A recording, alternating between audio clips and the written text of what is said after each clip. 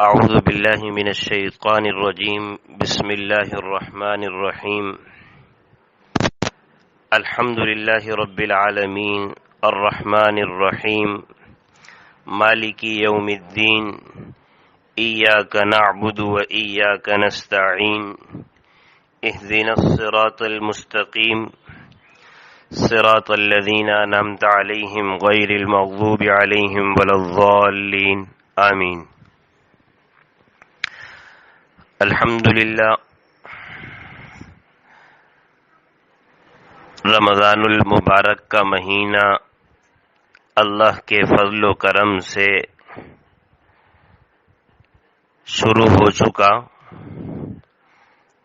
اور یہ محض اللہ کا فضل ہے، اللہ کا کرم ہے کہ اللہ نے ہمیں اپنے فضل و کرم سے اس ماہ مبارک میں داخل فرمایا، اور اس ماہ مبارک کا جو پہلا عمل تراویح کا ہے اس کی ادائیگی کا اہتمام نصیب فرمایا۔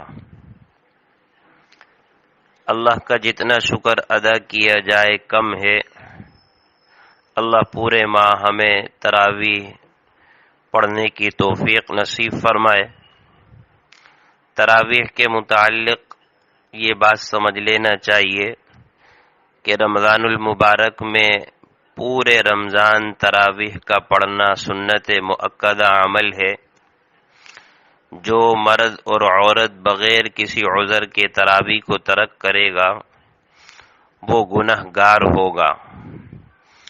اور دوسری بات یہ ہے کہ بعض مقامات پر 10 روزہ ختم قرآن یا 15 روزہ ختم قرآن ہوتا ہے، تو اس کا مطلب یہ نہیں کہ بس تراویح بھی ختم ہو گئی، نہیں، بلکہ ایک سنت قرآن کی جو رمضان میں تراویح میں سننے کی ہے وہ پوری ہوئی ہے، لیکن دوسری سنت پورے رمضان سے وابستہ ہے، اس کی ادائیگی مسلمان پر لازم اور ضروری ہے، ادائیگی کا اہتمام ضروری ہے۔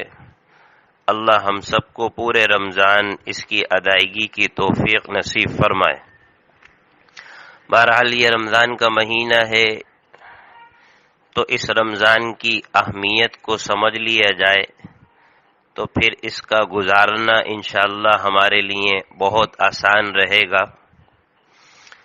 سب سے بڑی بات تو یہ ہے کہ اللہ نے یہ رمضان کا مہینہ ہمیں دیا، ہم اس بات کی کوشش کریں کہ خوب اس ماہ مبارک کا ہماری ذات سے استقبال ہو جائے، اکرام ہو جائے، کوئی بے اکرامی اس مہینے کی ہم سے نہ ہو جائے، اس بات کا خوب اہتمام کرنا ہے۔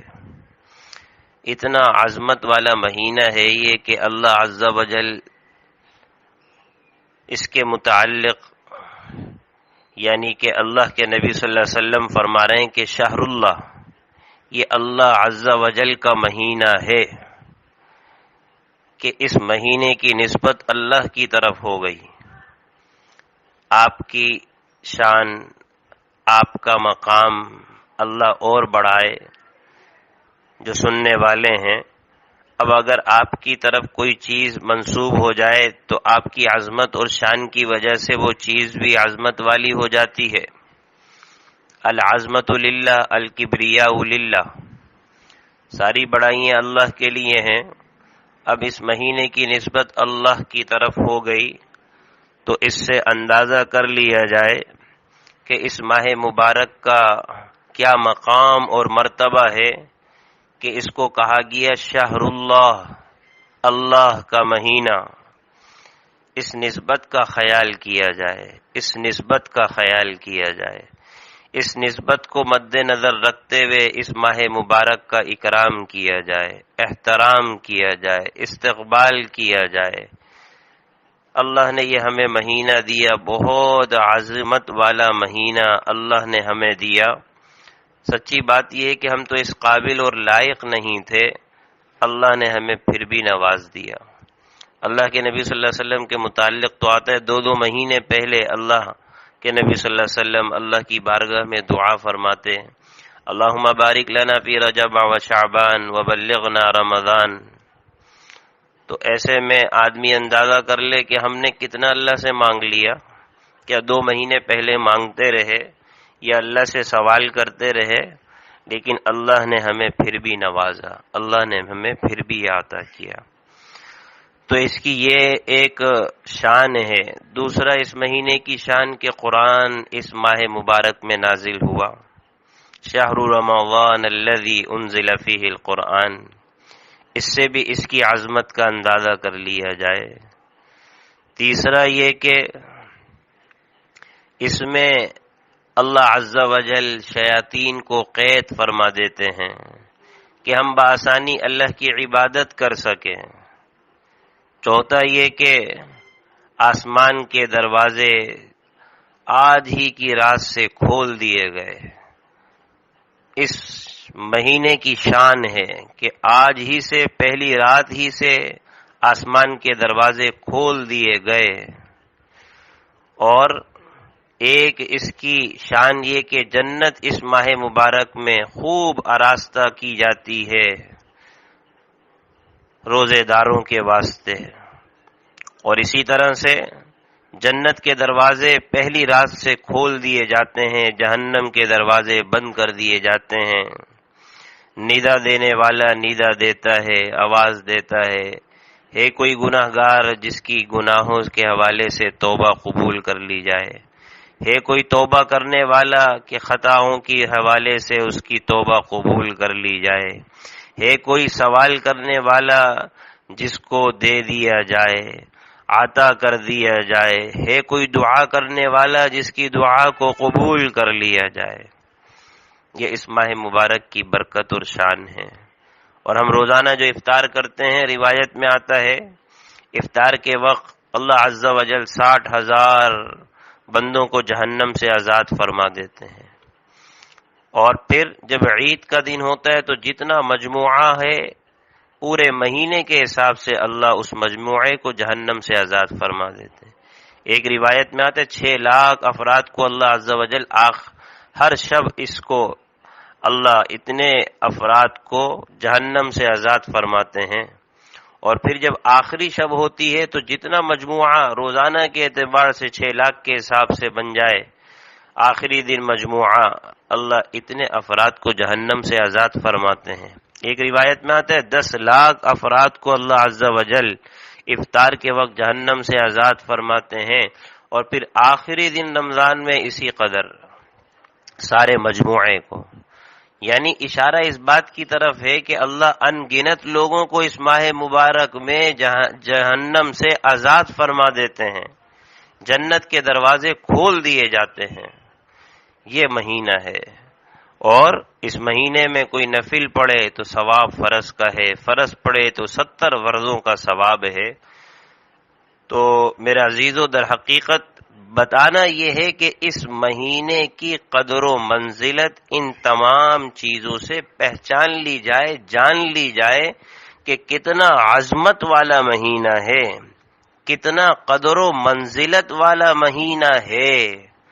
اب اس مہینے کو ہم نے کیسے گزارنا ہے، یہ سوال بنتا ہے کہ یہ اس مہینے کا استقبال کس طرح سے کرنا ہے، یعنی کہ اکرام کس طرح سے کرنا ہے. اکرام یہی ہے کہ اس کا حق ادا کر دیا جائے. حق یہی ہے کہ اس ماہ مبارک کی جو عبادتیں ہیں یا اس ماہ مبارک میں جو ہم عبادتیں کر سکتے ہیں، خوب سے خوب تر، بہتر سے بہتر انجام دینے کا اہتمام کریں، تاکہ اس مہینے کا استقبال بھی ہو، اس مہینے کا اکرام بھی ہو.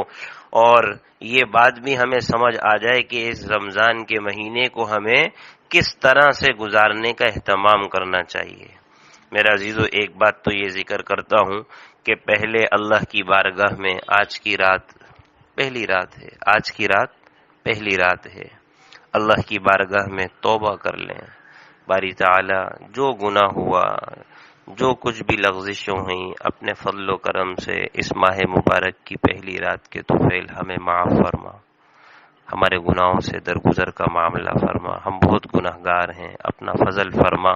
اپنا کرم فرما، اپنا رحم فرما، ہم پاک صاف گناہوں کے حوالے سے ہو جائیں، اس بات کا اہتمام کیا جائے۔ اور دوسرا یہ کہ ایک بات میرا عزیزو یہ ذکر کرتا ہوں کہ ماہ مبارک کے احترام اور استقبال میں ہمیں اس بات کی کوشش کرنی چاہیے، فرض اور واجب نہیں، لیکن کوشش کا اہتمام ہو کہ پورے ماہ مبارک میں ہم باوضو رہنے کا اہتمام کریں، باوضو رہنے کا اہتمام کریں۔ ہو سکے تو جہاں وضو کرے فوراً 2 نفل بھی پڑھ لیں، تحیۃ الوضو، جہاں وضو ٹوٹے فوراً وضو کر لیں۔ یعنی کہ ایک اکرام ہے، ایک اس کا احترام ہے، ایک اس کی شان کو گویا کہ اپنے سامنے رکھ کر بجا لانا ہے، پورا کرنا ہے۔ کوئی فرض واجب نہیں ہے، مثلا آپ مسجد میں بے وضو داخل ہو جائیں تو جائز ہے، لیکن آدمی یہ سوچے کہ میں اللہ کے گھر میں جا رہا ہوں تو کیوں نہ میں وضو کر کے چلا جاؤں۔ اسی طرح سے یہ شہر اللہ رمضان کا مہینہ شروع ہو گیا تو کیوں نہ میں ہمیشہ پورے رمضان باوضو رہ لوں۔ اللہ کا مہینہ ہے، مہینے میں لمحات ہوتے ہیں، گھڑیاں ہوتی ہیں، گھنٹے ہوتے ہیں، منٹ ہوتے ہیں، سیکنڈ ہوتے ہیں، یہ وقت ہے، یہ زمانہ ہے، اور یہ رمضان کا وقت ہے، یہ شہر اللہ ہے، یہ مہینہ شہر اللہ ہے۔ اس مہینے میں وضو سے رہوں۔ اور روایت میں آتا ہے نا، آپ صلی اللہ علیہ وسلم نے حضرت بلال سے کہا ہے، بلال ایسی کیا بات ہے کہ جب میں جنت میں دیکھتا ہوں تمہارے قدموں کی آہٹ میں اپنے سے آگے سنتا ہوں۔ کہا کہ یا رسول اللہ ہمیشہ باوضو رہنے کا اہتمام کرتے ہوئے 2 نفل بھی پڑھ لیتا ہوں، اور جہاں وضو ٹوٹتا ہے تو دوبارہ باوضو ہو جاتا ہوں اور پھر 2 نفل پڑھ لیتا ہوں۔ تو میرا عزیزو اس بات کا، اس ماہ مبارک کے اکرام کے اعتبار سے فرض واجب نہیں، بس ایک اکرام، ایک احترام، یا اللہ آپ کا فضل ہے، آپ نے یہ ماہ مبارک ہمیں نصیب فرمایا اپنے فضل و کرم سے۔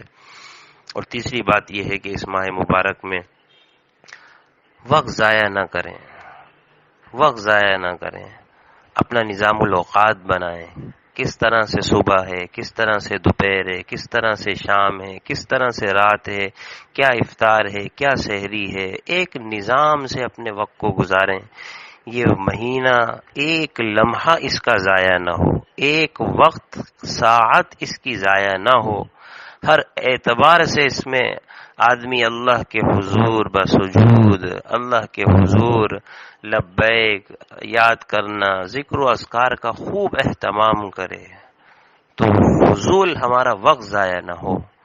ایک نظام الاوقات بنائیں، لا یعنی باتیں، بحث و مباحثہ، ادھر ادھر کی بات، ضروریات زندگی سے انکار نہیں ہے، گھر والوں کے ساتھ ضرور بات کریں، خاموشی بھی مطلوب اور مقصود نہیں ہے بالکل، اور صبح سے شام تک ذکر و اذکار بھی، اس کی طرف بھی دعوت نہیں ہے، لیکن ہر آدمی سمجھتا ہے فضول کیا چیز ہوتی ہے، غیر ضروری چیز کیا چیز ہوتی ہے، لا یعنی کیا چیز ہوتی ہے، وقت ضائع کرنا کیا ہوتا ہے، وقت برباد کرنا کیا ہوتا ہے، وقت ضائع کرنا کیا ہوتا ہے، ہر ایک جانتا ہے، اس کی طرف اشارہ کرنا مقصد ہے۔ ورنہ ایسا نہیں ہے کہ بالکل گھر والوں سے کاٹ کر ایک طرف مصلی کی طرف ترغیب نہیں ہے، لیکن وقت ضائع نہ ہو، وقت ضائع، ماں کے ساتھ بات کرنا یہ بھی نیکی ہے، بیوی کے ساتھ بات کرنا، وقت دینا یہ بھی نیکی ہے، بچوں کو وقت دینا یہ بھی نیکی ہے، لیکن اشارہ یہ ہے کہ فضول وقت ضائع نہ ہو، بیکار، لا یعنی، بحث و مباحثہ، عبث، ان چیزوں سے بچنے کا خوب اہتمام ہو۔ اور باقی یہ ہے کہ رمضان اور قرآن، ان دونوں میں آپس میں بڑی مناسبت ہے، رمضان اور قرآن۔ روایت میں آتا ہے نا، نبی اکرم صلی اللہ علیہ وسلم نے ارشاد فرمایا کل قیامت کے دن اللہ کی بارگاہ میں یہ قرآن بھی سفارش کرے گا، رمضان بھی سفارش کرے گا، دونوں ملے ہوئے ہیں، دونوں کی خصوصیت دونوں ملے ہوئے ہیں۔ رمضان بھی کہے گا اے اللہ اس کو بھوکا رکھا، یہ بھوکا رہا، نہ کھاتا تھا نہ پیتا تھا، میرے خاطر اس کی مغفرت فرمائیے۔ قرآن کہے گا میری تلاوت کرتا تھا، اس کی مغفرت فرمائیے۔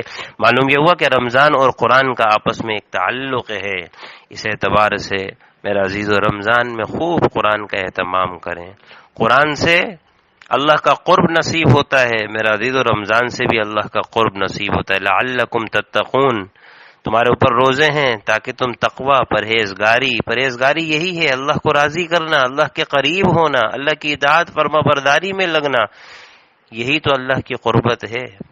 اور قرآن آدمی پڑھتا ہے، اللہ اس سے ہم کلام ہے، تو اللہ سے باتیں ہو رہی ہیں، تو قرآن سے بھی قرب اور رمضان سے بھی قرب، قرآن سے بھی روحانیت نصیب ہوتی ہے، رمضان سے بھی روحانیت نصیب ہوتی ہے۔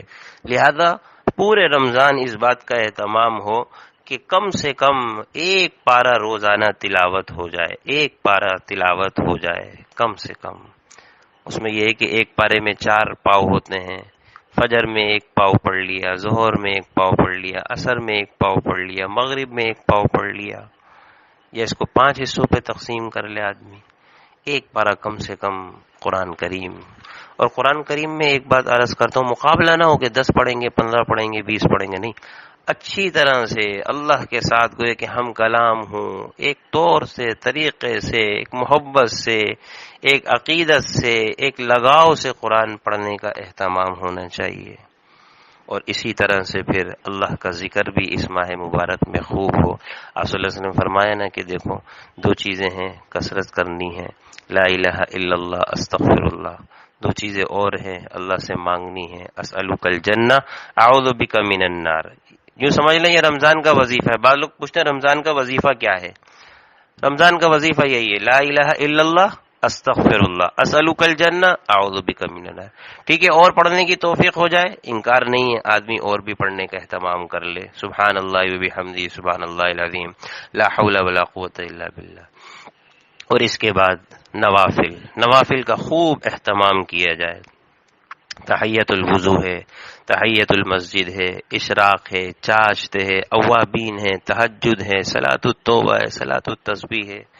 میرے عزیزو اس کا خوب اہتمام کیا جائے، اگر نہیں آتی تو اپنے کسی قریبی سے پوچھ لیا جائے۔ غالباً حضرت شیخ الحدیث صاحب رحمۃ اللہ علیہ نے فضائل اعمال میں لکھا ہے، پھر بھی نہیں اگر کسی کو معلوم ہو تو اپنے گھر والوں میں سے کسی فرد کے ذریعے پوچھ لیا جائے، ہم سے پوچھ لیا جائے، پوری تفصیل ہے، ترتیب ہے، ابھی وقت بتانے کا نہیں، لیکن اس کے متعلق رابطہ کر لیا جائے۔ صلاۃ التسبیح ہے، اشراق چاش تو سبھی جانتے ہیں، صلاۃ التسبیح خاص طور پر رمضان میں ہو سکے تو روزانہ پڑھے، اگر نہ ہو سکے تو ہفتے میں 1 بار پڑھ لے، نہ ہو سکے تو 2 ہفتے میں پڑھ لے، نہ ہو سکے تو 3 ہفتے میں پڑھ لے، ورنہ کم سے کم پورے رمضان میں 1 بار صلاۃ التسبیح ضرور پڑھنے کا اہتمام کرے۔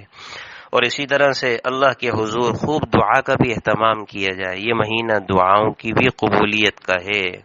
روزہ دار اللہ اس کی دعا کو قبول فرماتے ہیں، افطار کے وقت روزہ دار کی دعا قبول ہوتی ہے، روزہ دار کی دعا اللہ تعالیٰ دن و رات میں 1 بار ضرور قبول فرماتے ہیں۔ اللہ سے خوب مانگا جائے۔ ان حالات کے اعتبار سے کیا کچھ معاملات ہمارے ساتھ زندگی کے اس وقت چل رہے ہیں، مسجدیں ہمارے اوپر بند ہو گئی ہیں، اللہ کا دروازہ ہم پر بند ہو گیا، سچی بات ہے ہمارے گناہوں کا نتیجہ ہے، اللہ کو ناراضگی کا ہم نے یہ سارے اعمال ناراضگی کے کر کے اللہ کو در حقیقت اپنے اوپر یہ رحمت کا دروازہ ہم نے خود سے بند کروا لیا ایک طرح سے۔ اگر ہم دیکھا جائے دیکھیں تو ہم خود اللہ کی بارگاہ میں رجوع کریں۔ ہر آدمی جانتا ہے کہ میں کتنا اللہ کا فرما بردار ہوں، کتنا تابعدار ہوں، اللہ سے خوب رجوع کا اہتمام کیا جائے۔ اور اسی طرح سے تراویح ہرگز ترک نہ ہو، نماز ہرگز ترک نہ ہو، اور اسی طرح سے روزہ ہرگز ایک نہ چھوٹے، بغیر کسی عذر کے کسی نے روزہ چھوڑ دیا، ساری زندگی اگر روزہ رکھتا رہے تو رمضان کے روزے کا مثل نہیں ہو سکتا۔ سحری نہ چھوٹے، سحری کھانا یہ برکت ہے، نبی اکرم صلی اللہ علیہ وسلم نے فرمایا۔ اسی طرح ایک بات اور عرض کرتا ہوں کہ رمضان کا مہینہ ہے، یہ ہمارا جو موبائل ہے، انٹرنیٹ ہے، فیس بک ہے، واٹس ایپ ہے، میرے عزیزو ہر آدمی جانتا ہے اس میں کیا چیز غلط ہے، کیا چیز صحیح ہے۔ اس نے بہت ہمارا وقت ضائع کیا، بہت یہ ہمارے لیے اللہ کی ناراضگی کا سبب بنا، ہم نے اس میں اللہ کو بہت ناراض کیا۔ اس حوالے سے ہر آدمی جانتا ہے فیس بک میں کیا چیز ہے، کیا نہیں ہے، کیا اچھا ہے، کیا غلط ہے، اور اسی طرح سے موبائل میں، انٹرنیٹ میں، دیگر چیزوں میں، سب پر سب بات واضح ہے۔ میرا عزیزو کب وقت آئے گا کہ ہم اللہ کے آگے اللہ کے فرما بردار بندہ بن کے زندگی گزاریں گے؟ کب وقت آئے گا؟ اب بھی کوئی انتظار ہے؟ ان حالات میں اللہ نے ہمیں کیا کچھ نہیں بتایا سمجھایا، اب بھی کیا انتظار ہے؟ میرے عزیز خوب اللہ کو راضی کیا جائے، خوب۔ اور اسی طرح سے گھر میں جو مستورات ہیں ان سے بھی یہ بات عرض کرتا ہوں کہ خوب محنت سے، محبت سے، تعلق سے، پیار سے گھر